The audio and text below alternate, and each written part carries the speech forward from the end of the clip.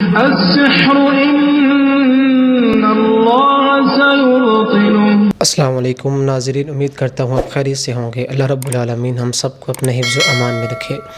روحانی سلسلہ کے اندر آج ایک بار پھر میں آپ کے سامنے بہت اہم ٹاپک لے کر آیا ہوں۔ آج ہم جنات کے بارے میں بات کریں گے۔ بہت سارے لوگ یہ سوال کرتے ہیں کہ جی ہمارے گھر میں ایسا ہوتا ہے ویسا ہوتا ہے،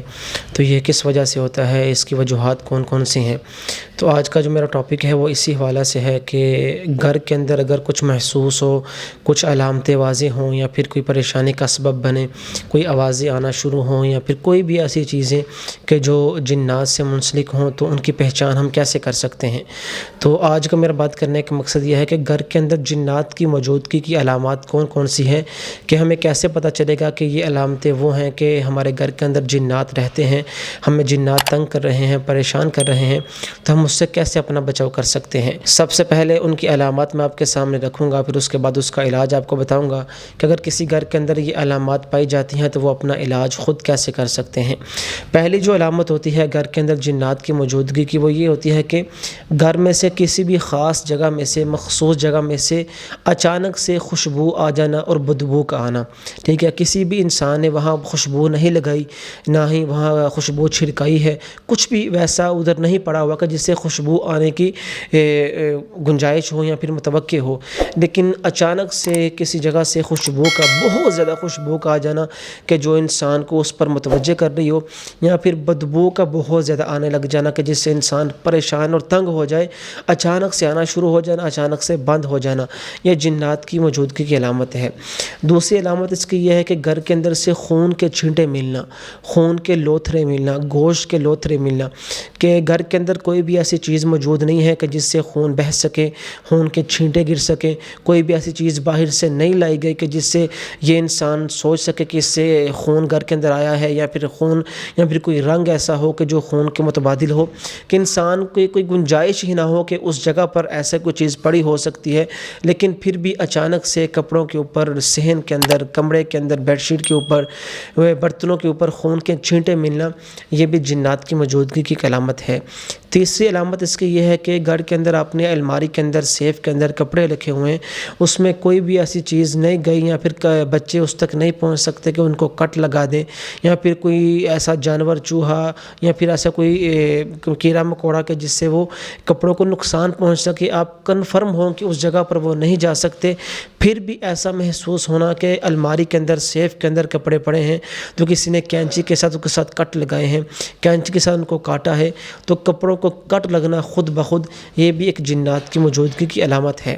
چوتھی علامت اس کی یہ ہے کہ گھر میں سے کسی خاص جگہ میں سے آوازیں آنا۔ ٹھیک ہے، کہ کوئی بات کر رہا ہے، کسی خاص کمرے میں سے کسی کے بات کرنے کی آواز آنا، ٹھیک ہے، کسی کی رونے کی آواز آنا، کسی کے ہنسنے کی آواز آنا، کہ خاص وقت کے اندر رات کو، یا پھر جب انسان گھر کے اندر اکیلا ہو تو محسوس کرنا کہ ساتھ والے کمرے کے اندر کوئی ہنس رہا ہے، کوئی رو رہا ہے، کوئی باتیں کر رہا ہے، کوئی بچہ باتیں کر رہا ہے، کوئی بچہ رو رہا ہے، تو ایسی آوازیں آنا، یہ بھی جنات کی موجودگی کی ایک علامت ہے۔ پانچویں علامت اس کی یہ ہے کہ یہ دیکھنا کہ گھر کے اندر انسان اگر چل رہا ہے یا پھر کسی جگہ کھڑا ہے، بیٹھا ہے، تو یہ محسوس ہونا کہ کوئی چیز کسی کو گھسیٹ رہی ہے، کوئی بھاری چیز کو گھسیٹ کر لے کر جا رہا ہے، میرے پیچھے کوئی چل رہا ہے، تو اپنے ساتھ کسی کو ہر وقت محسوس کرنا، کسی کا احساس ہر وقت اپنے ساتھ رہنا، یہ بھی ایک جنات کی موجودگی کی علامت ہے۔ اسی طرح کہ گھر کے اندر دیکھنا کہ آپ کے بچے بیٹھے ہیں یا پھر کھیل رہے ہیں تو ان کو کسی نے تھپڑ مار دیا، کسی نے گرا دیا، یا پھر انسان چل رہا ہے تو اس کو کسی نے پیچھے سے دھکا مار دیا، یہ بھی جنات کی موجودگی کی علامت ہے کہ خبیث جنات جو ہوتے ہیں وہ انسانوں کو گھر کے اندر آ کر پریشان کرتے ہیں۔ اسی طرح جب انسان کوئی کام کر رہا ہو، کوئی عورتیں برتن وغیرہ دھو رہی ہوں، ہانڈیاں وغیرہ پکا رہی ہوں، ٹھیک ہے، تو برتنوں کا خود بخود نیچے گر جانا، اور گھر کے اندر سے اکثر طور پر پیسوں کا چوری ہونا، ٹھیک ہے۔ جنات جب کسی گھر کے اندر ہوتے ہیں تو وہ انسان کو ہر طرح سے پریشان کرتے ہیں۔ جیسا کہ ایک لیڈی تھی جو کہ اندر، وہ مجھے تقریباً 3-4 دفعہ انہوں نے کال کر بتایا کہ میں نے اپنے گھر کے اندر ایک مخصوص جگہ پر پیسے رکھے ہوتے ہوتے ہیں وہاں کسی کو بھی نہیں پتہ، نہ کسی بچے کو پتہ ہے، نہ میرے ہسبینڈ کو پتہ ہے، ٹھیک ہے، نہ میرے ہسبینڈ ایسا کام کر سکتے ہیں، نہ بچے ایسا کام کرتے ہیں، مجھے کنفرم ہے، لیکن پھر بھی روز 2-3 دفعہ ایسا ہونا کہ ہفتے میں 2-3 دن کے پیسے چوری ہو جانا، کبھی کبھی بہت زیادہ پیسے چوری ہو جانا، کبھی کبھار کم ہونا، تو پیسوں کا چوری ہونا، زیور کا چوری ہو جانا گھر سے، ٹھیک ہے، اور کبھی کبھار ایسے ہوتا ہے کہ وہ خود بخود واپس بھی رکھ دیتے ہیں، ٹھیک ہے،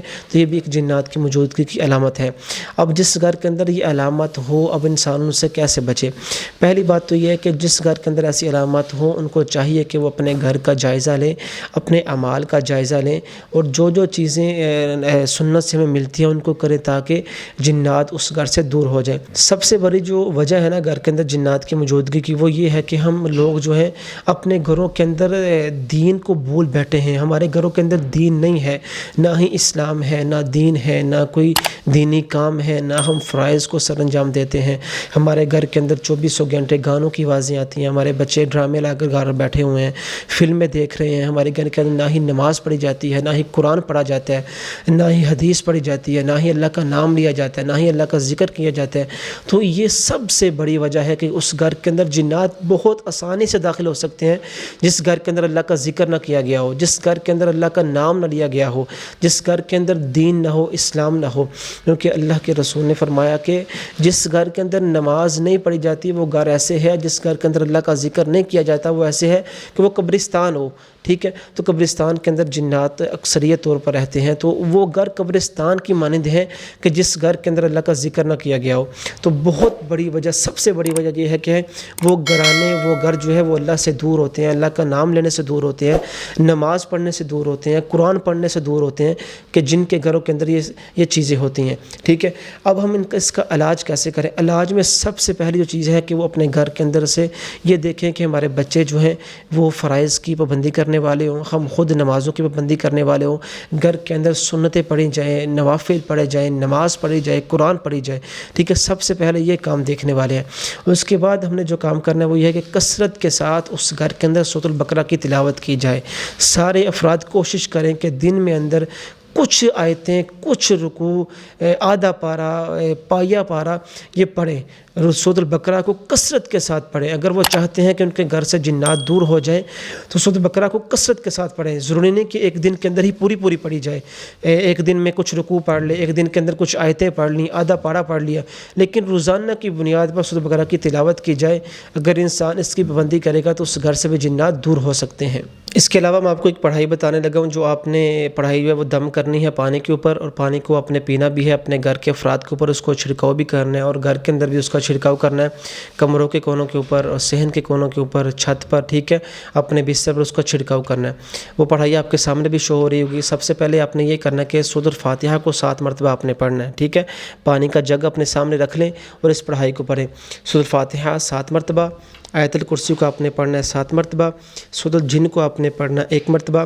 سورۃ الصافات کی پہلی جو 10 آیات ہیں ان کو آپ نے پڑھنا 3 دفعہ، ٹھیک ہے، اور اس کے بعد سورۃ البقرہ کی جو آخری 2 آیات ہیں ان کو آپ نے پڑھنا 3 دفعہ، ٹھیک ہے۔ یہ اس پانی پر پڑھ کے تو آپ نے وہ پانی خود پینا بھی ہے اور اپنے گھر کے اوپر اس کا چھڑکاؤ بھی کرنا ہے۔ یہ ہمارا اپنے 7 دن تک مسلسل کرنا ہے روزانہ، ٹھیک ہے۔ اگر 7 دن کے اندر اس کا فرق پڑ جائے تو پھر آپ نے اس کو بس کر دینا، اگر اس کا فرق نہ پڑے تو پھر اس کو آپ 14 دن تک بھی کر سکتے ہیں اور 21 دن تک بھی کر سکتے ہیں۔